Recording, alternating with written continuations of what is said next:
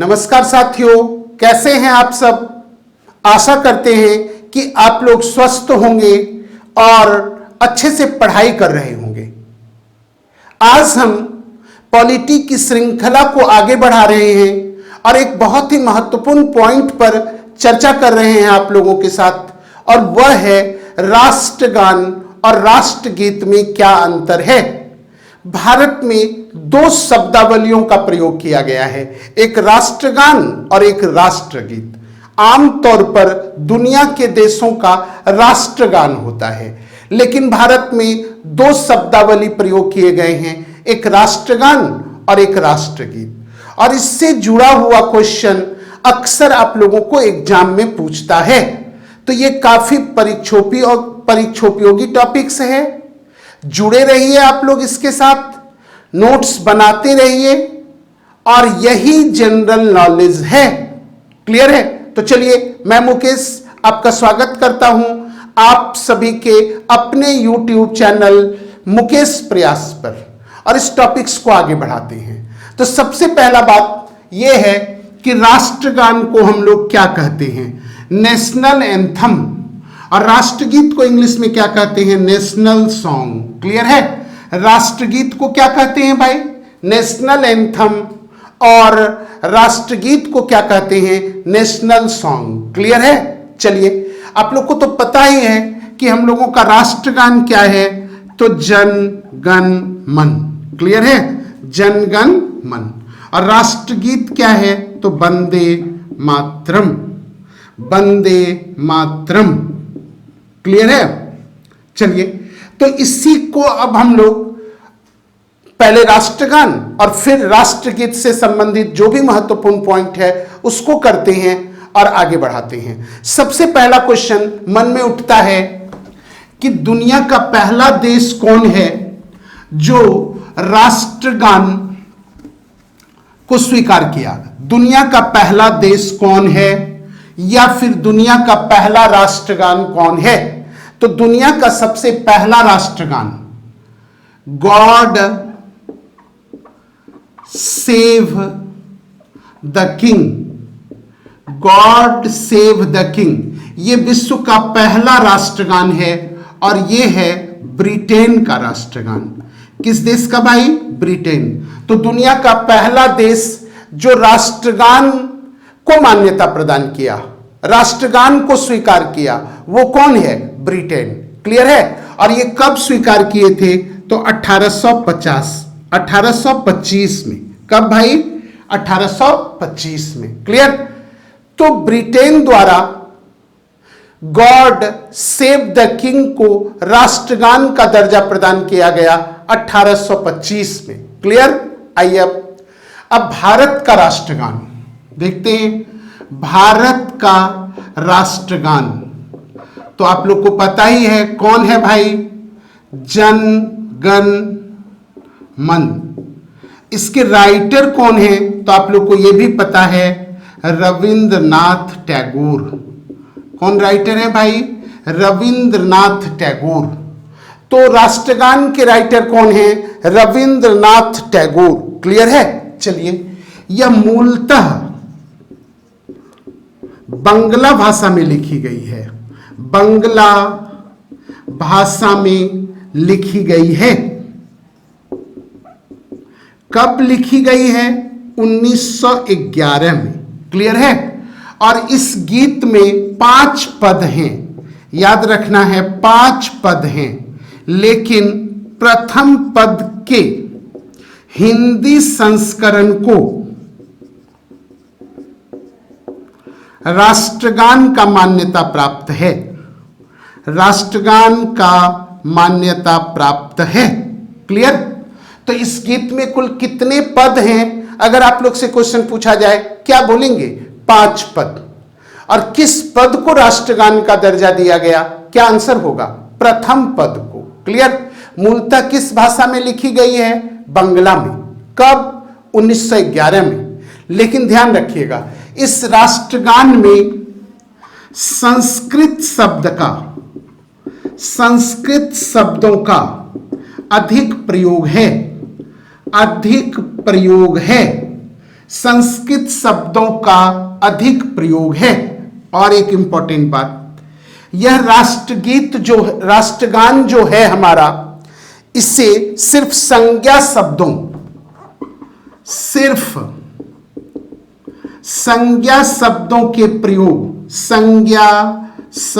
के प्रयोग से लिखा गया है। संज्ञा शब्दों के प्रयोग से लिखा गया है। किस शब्द का प्रयोग किया गया है? संज्ञा शब्द। संस्कृत शब्दों का अधिक प्रयोग है, लेकिन मूलतः लिखी गई है ये बांग्ला में। कब भाई? 1911 में। भाई इतना क्लियर है आप लोगों का? चलिए आगे बढ़ाते हैं।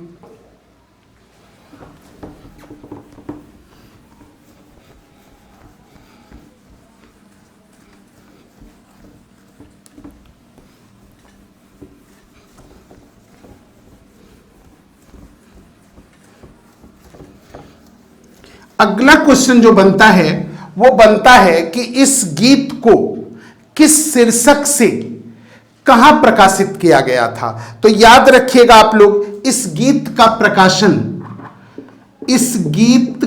प्रकाशन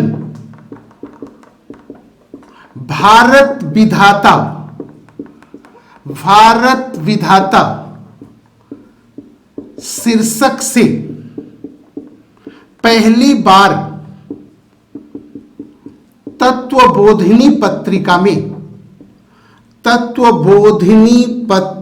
में किसमें भाई?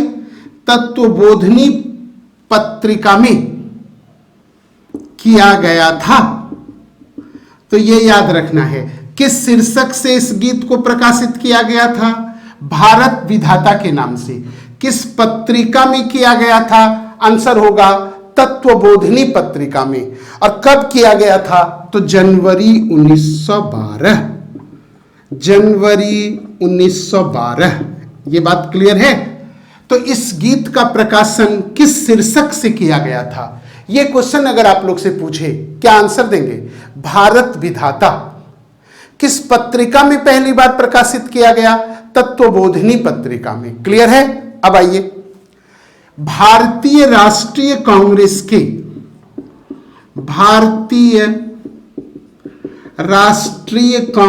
के किस अधिवेशन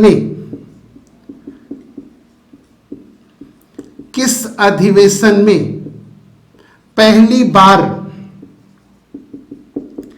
गाया गया? तो आंसर याद रखिएगा, कलकत्ता अधिवेशन। कौन अधिवेशन भाई? कलकत्ता अधिवेशन। कई बार ये क्वेश्चन आप लोग से पूछा गया है। अब है कि कब? तो 27 दिसंबर 1911। कब गाया गया भाई? 27 दिसंबर 1911। क्लियर है? चलिए, तो भारतीय राष्ट्रीय कांग्रेस के किस अधिवेशन में राष्ट्रगान को सर्वप्रथम गाया गया था? अगर ये क्वेश्चन आप लोग से पूछा जाए, क्या आंसर देंगे भाई?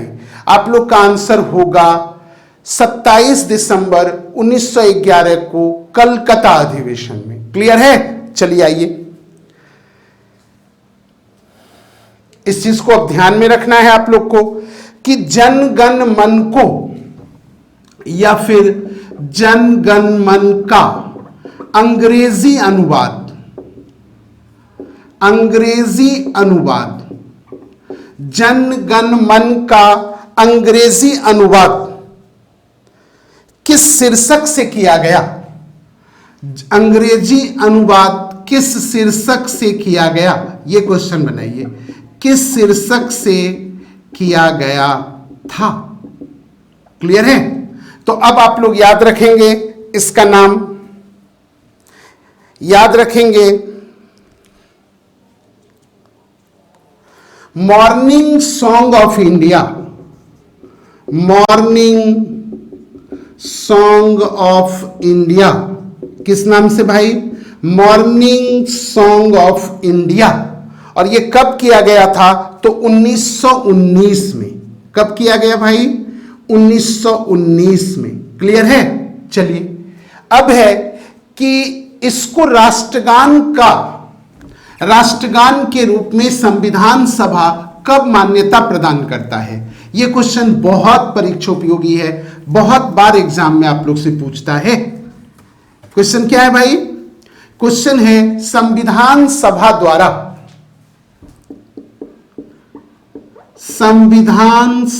द्वारा मान्यता प्रदान किया गया राष्ट्रगान के रूप में कब भाई? तो 24 जनवरी 1950। याद रखिएगा 24 जनवरी 1950। क्लियर है? कब भाई? 24 जनवरी 1950। अब है कि राष्ट्रगान के गायन की अवधि क्या है? यह भी कई बार आप लोग से पूछता है।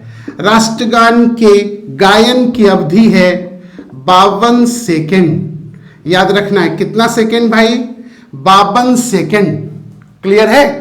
चलिए, अब है कि कई बार इसके लघु रूप को भी गाया जाता है, तो यह कितने सेकेंड में? आंसर होगा 20 सेकेंड में। तो राष्ट्रगान के लघु रूप को कितने सेकेंड में गाया जाएगा? आंसर होगा 20 सेकेंड। भाई क्लियर है?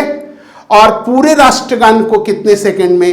तो 52 सेकेंड में। चलिए अगला ध्यान रखिएगा कि राष्ट्रगान का बोल और धुन दोनों खुद रविंद्रनाथ टैगोर ने तैयार किए थे।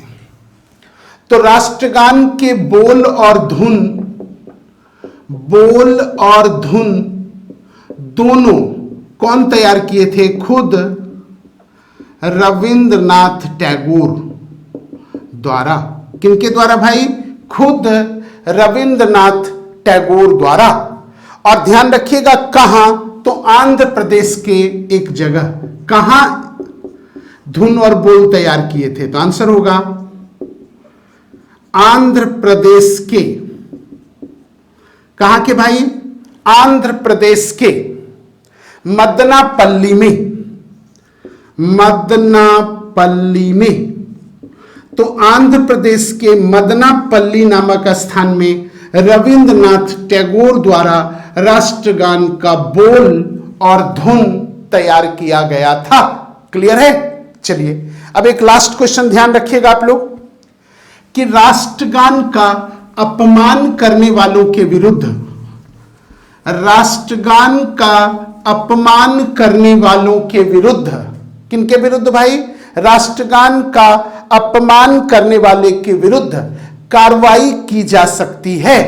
किस एक्ट के तहत? यह क्वेश्चन आप लोग से पूछ सकता है। किस एक्ट के तहत राष्ट्रगान का अगर कोई व्यक्ति अपमान करते हैं तो किसके तहत, किस एक्ट के तहत उनके विरुद्ध कार्रवाई की जा सकती है? तो एक्ट का नाम लिखिए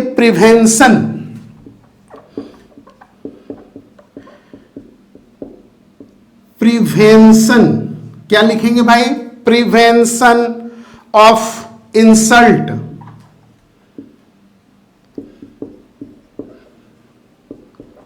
prevention of insults to national honour act, to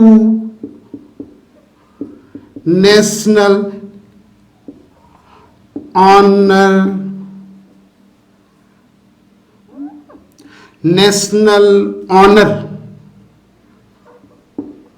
act, national honour act 1971 द्वारा। तो राष्ट्रगान के, अगर कोई राष्ट्रगान को अपमानित करता है, राष्ट्रगान का अपमान करता है, तो उनके विरुद्ध कार्रवाई की जाएगी। किस एक्ट द्वारा? आंसर क्या होगा? Prevention of insults to national honour act 1971। Clear है? तो इस एक्ट के तहत उनके विरुद्ध कार्रवाई की जाएगी। तो ये हम राष्ट्रगान से जुड़ा हुआ इंफॉर्मेशन आप लोग को करवाए। अब आइए, अब हम लोग करते हैं राष्ट्रगीत के विषय में। और आपको पता ही है कि राष्ट्रगीत या नेशनल सॉन्ग हमारा कौन है। तो राष्ट्रगीत कौन है भाई बताइए? तो आप लोग को पता है राष्ट्रगीत, बताइए आंसर होगा वंदे मातरम। क्या आंसर होगा? वंदे मातरम। और इसके राइटर कौन है? आंसर होगा बंकिम चंद्र चट्टोपाध्याय। बंकिम चंद्र चट्टोपाध्याय। क्या नाम है भाई? बंकिम चंद्र चट्टोपाध्याय। अब इस गीत की रचना ये कब किए थे? अगर ये क्वेश्चन हम लोग से पूछ दे तो हम लोग का आंसर होगा 7 नवंबर 1876। तो रचना, इस गीत की रचना कब की गई? तो 7 नवंबर 1876। किसके द्वारा भाई? बंकिम चंद्र चट्टोपाध्याय द्वारा। राष्ट्रगीत का नाम क्या है हमारा? वंदे मातरम। अब इस गीत को किस पुस्तक में प्रकाशित किया गया था? आंसर होगा आनंद मठ। क्या आंसर होगा? आनंद मठ। ध्यान रखिएगा, एक क्वेश्चन पूछता है कि आनंद मठ किस विद्रोह के? तो सन्यासी विद्रोह, सन्यासी विद्रोह से पृष्ठभूमि लिया गया है। पृष्ठभूमि लिया गया है। तो किस विद्रोह के पृष्ठभूमि पर आनंद मठ लिखा गया है? आंसर होगा सन्यासी विद्रोह। और इसी में आपका जो है वंदे मातरम गीत लिखा गया है। किनके द्वारा? बंकिम चंद्र चट्टोपाध्याय द्वारा। चलिए अगला क्वेश्चन पर ध्यान रखना है आप लोग को कि इस गीत की रचना वो कहां किए थे। ये क्वेश्चन भी आप लोग को पूछ सकता है और ये बुक में जल्दी मिलता नहीं है। तो ध्यान रखिएगा, इस गीत की रचना बंगाल की, कहां के भाई? बंगाल के कांतल पाडा गांव में, कांतल पाडा गांव में इसकी रचना की गई। तो किस गांव में इसकी रचना की गई? तो कांतल पाडा गांव में। किनके द्वारा? तो आप लोग को पता है बंकिम चंद्र चट्टोपाध्याय द्वारा। क्लियर है? अब आइए क्वेश्चन पूछता है कि वंदे मातरम गीत को कांग्रेस के किस अधिवेशन में पहली बार गाया गया? तो आंसर होगा इसका भी कलकत्ता अधिवेशन। कलकत्ता अधिवेशन 1896। कलकत्ता अधिवेशन 1896। तो पहली बार कब गाया गया? 1896 में। कांग्रेस के किस अधिवेशन में भाई? कलकत्ता अधिवेशन में। क्लियर है? आइए इसका अंग्रेजी में अनुवाद याद रखिएगा।